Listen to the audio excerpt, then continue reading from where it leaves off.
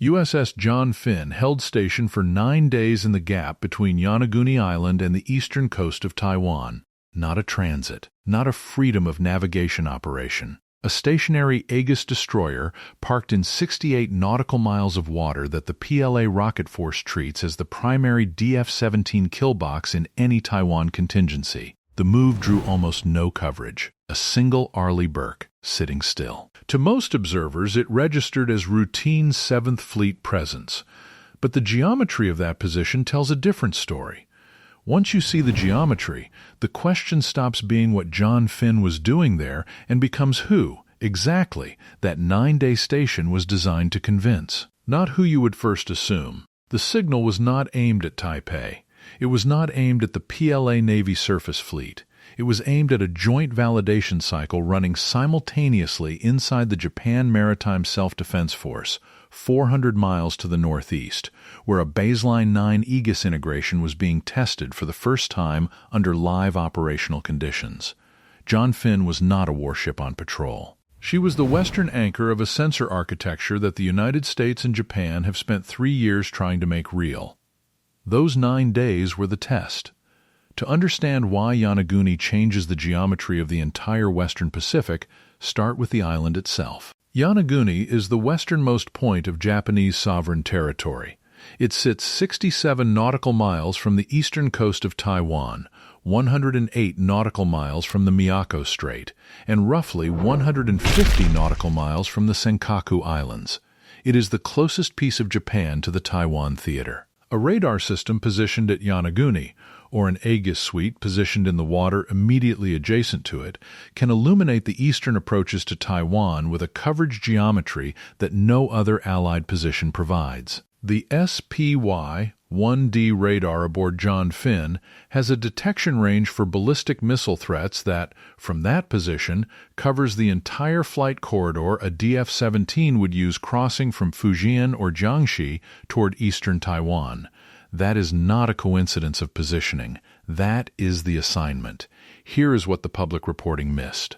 The 9-day window of John Finn's station aligned precisely with a JMSDF Aegis ashore validation cycle running aboard JS Akizuki, operating out of Sasebo. The JMSDF has been integrating its baseline 9 Aegis destroyers into a joint fire control architecture with the United States under a bilateral missile defense framework quietly expanded in the 2024 Defense Guidelines revision. The validation cycle for that integration requires a live Aegis node at the western end of the link. John Finn was that node. What was being tested was not John Finn's ability to shoot. It was her ability to hand off a ballistic track via Link 16 to a JSDF E-767 orbiting over the Ryukyus, which would then cue a fire control solution for JMSDF baseline 9 assets positioned further east. The chain runs from John Finn at Yonaguni through the E-767 over Okinawa to JMSDF destroyers in the Philippine Sea, and potentially to Aegis ashore installations in Kyoto Prefecture. 9 days was the minimum window to validate that chain under realistic signal conditions, with realistic atmospheric interference over the East China Sea. One detail worth staying with. The Akizuki cycle was scheduled before John Finn's station was confirmed. The destroyer was moved to fill a gap in the architecture. The validation drove the deployment, not the other way around. What this episode reveals is the pace of U.S.-Japan integration. The 2015 reinterpretation of collective self-defense, the 2022 National Security Strategy revision, the 2024 bilateral guidelines, and now a live operational test of joint fire control in the actual Taiwan approach corridor. Each step took years. The acceleration visible in 2025 and 2026 is a structural shift, not a tactical adjustment. The PLA response to John Finn's station was calibrated in a way that deserves careful reading. A Type 055 Renhai-class cruiser, hull 101, loitered approximately 90 miles east of Swao on the northeastern coast of Taiwan for the duration of John Finn's presence. Not 90 miles from John Finn. 90 miles from Swao. The Renhai was not shadowing the destroyer. It was positioning itself relative to the geography that the destroyer was defending.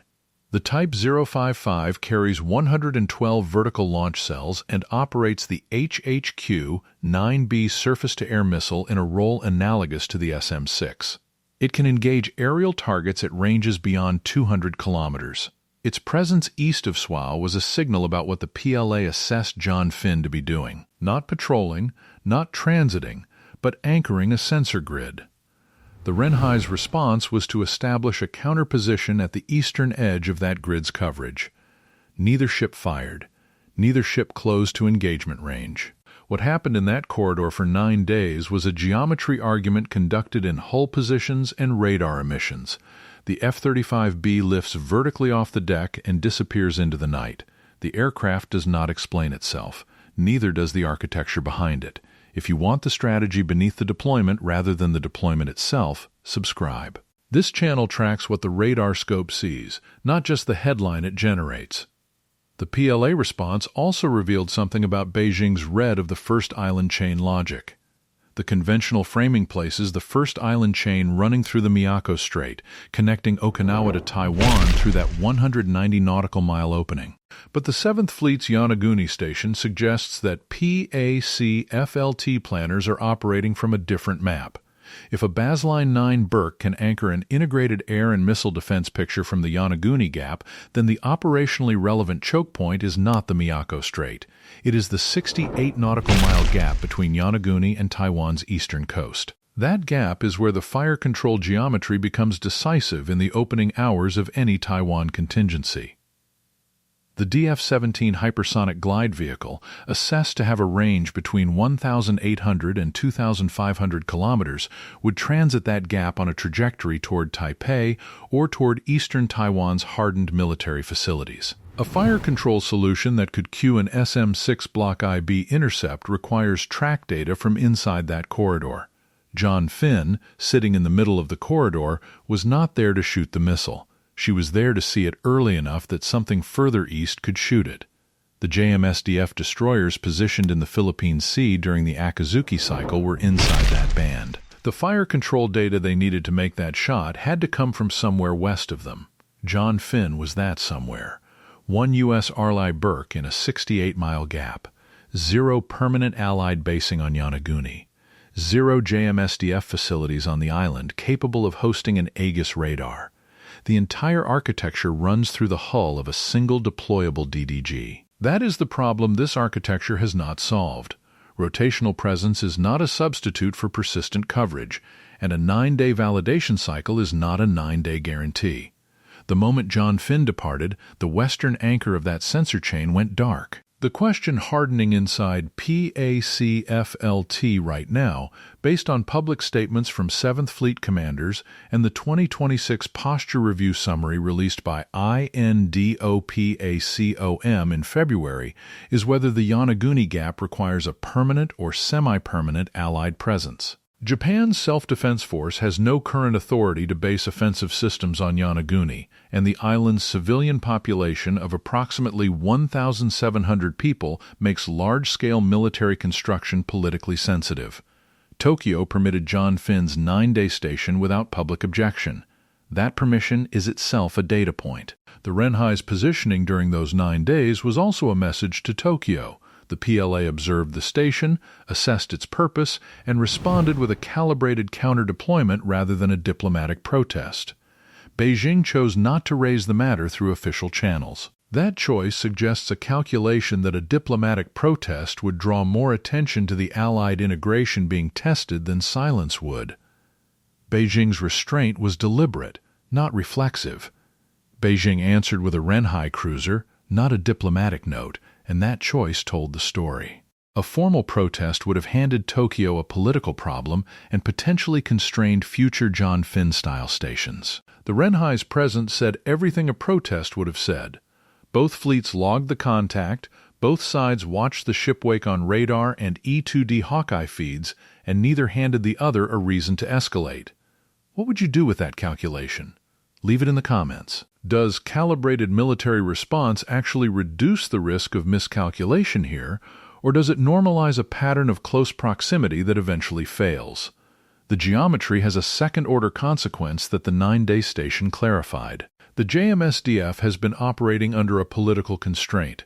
Its Baseline 9 destroyers are capable of providing fire control data to U.S. shooters in a joint engagement scenario, but the legal authority to do so in a Taiwan contingency has been ambiguous under Japanese law.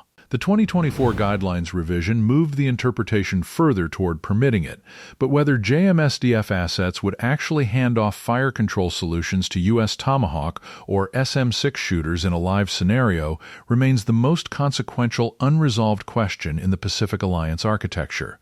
The Akizuki's technical validation completed, but radar scopes and sonar displays only answer technical questions. Whether the officer on the bridge receives political authority to act at the moment it matters, in the hours after a first strike, is a question no alliance document has answered in writing.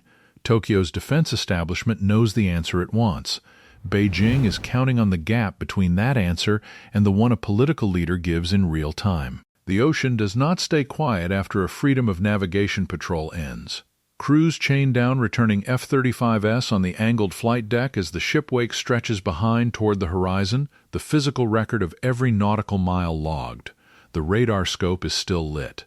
The sonar display is still manned. The architecture that put John Finn on station does not stand down when the station ends. The board, as it stands in late July 2026, the United States has demonstrated that a Baseline 9 Burke can anchor the western end of a U.S.-Japan integrated air and missile defense chain in the Yonaguni Gap. Japan has demonstrated that it will permit that station without diplomatic objection. The PLA has demonstrated that it will respond with a calibrated counterposition rather than an escalation. And the JMSDF has demonstrated the technical architecture to participate in joint fire control from the eastern end of that chain. What none of the parties has demonstrated is what happens when the scenario is no longer a validation cycle and the 9 days become day one of something else. The carrier sailed home. The Renhai turned east. The 68 nautical mile gap between Yonaguni and Taiwan remained exactly as wide as it had been, but the map of who can see what and who can shoot what, and who has said they will, changed in 9 days in ways that will take Beijing years to answer. The first island chain no longer runs through the Miyako Strait on the map that matters. It runs through Yonaguni, and a Baseline 9 Burke is the instrument that drew the line. Was the line enough? Come back when we decode the next move on this board. The real reason America parked an Aegis destroyer at Yonaguni for 9 days. It was not deterrence USS John Finn, DDG-113 held station in the 68 nautical mile gap between Yonaguni and Taiwan for 9 days in July 2026, and almost no one covered the real reason why. The move was not a freedom of navigation operation. It was the western anchor of a U.S.-Japan integrated air and missile defense chain being validated in real time, linking John Finn's SPY-1D radar to JMSDF Baseline 9 destroyers in the Philippine Sea via a JASDF E-767 over Okinawa. This video decodes the Yonaguni geometry, the Akizuki validation cycle, and what the Type 055 Renhai's calibrated counterposition east of Swao tells us about Beijing's red of the first island chain. U.S. Navy Yonaguni Taiwan Aegis Missile Defense First Island Chain U.S. Navy Yonaguni Taiwan First Island Chain Aegis Missile Defense JMSDF 7th Fleet USS John Finn Pacific Strategy Geopolitics Military U.S. Military China-US Relations Indo-Pacific Missile Defense. USS John Finn, DDG-113, Yonaguni Taiwan Gap, 7th Fleet Deployment, Aegis Baseline 9, SM-6 Ballistic Defense, JMSDF Integrated Air Defense, First Island Chain, Taiwan Strait Strategy, DF-17 Hypersonic, Type 055 Renhei, U.S.-Japan Alliance, INDOPACOM Posture, Pacific Missile Defense, Arleigh Burke Destroyer, Miyako Strait, Link 16 Fire Control, E-767 Airborne Radar, U.S. Military Pacific, Geopolitical. Strategy, Taiwan Contingency, Akizuki JMSDF, SWAO Taiwan Navy The Western ANCHAR ALT-1, the real reason hidden motive. The real reason America kept an Aegis destroyer, still for 9 days off Taiwan, not what 7th Fleet Said. ALT-2, the chessboard map focus. How a 68-mile gap between Yonaguni and Taiwan became the new first island chain. ALT-3, the choke point stakes and numbers. 68 miles, 9 days, 1 destroyer. How America redrew the Pacific Fire Control map. ALT-4 with series tag. The real reason America parked an Aegis destroyer at Yonaguni for 9 days. It was not deterrence vertical bar blue water. USS John Finn DDG 113 underway at speed in choppy Pacific waters, shot from low angle with the ship's superstructure and SPY-1D radar arrays prominent, overlaid with a strategic map of the Ryukyu Island chain, showing a glowing position marker in the 68 nautical mile gap between Yonaguni and Taiwan's eastern coast, with a dashed red arc indicating the DF-17 threat corridor crossing that gap, and a blue sensor range ring emanating from the destroyer's position reaching northeast toward Okinawa. Palette is deep steel, blue, and charcoal with red threat arc accents and a single white position marker pulsing over the Yonaguni gap. Type: Ghost Route, anchor: sensor chain, runs from John Finn at Yonaguni through the E-767 over Okinawa, from label: YONAGUNIGAP,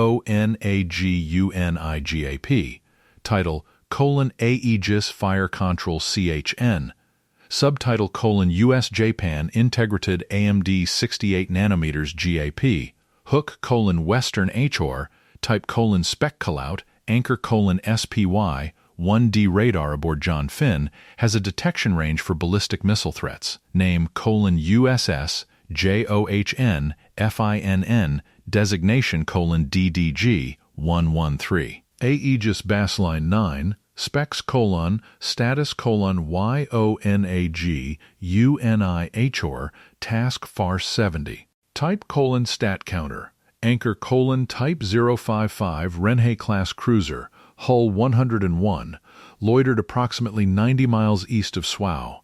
Stats: footer: first Iceland Chean redraw.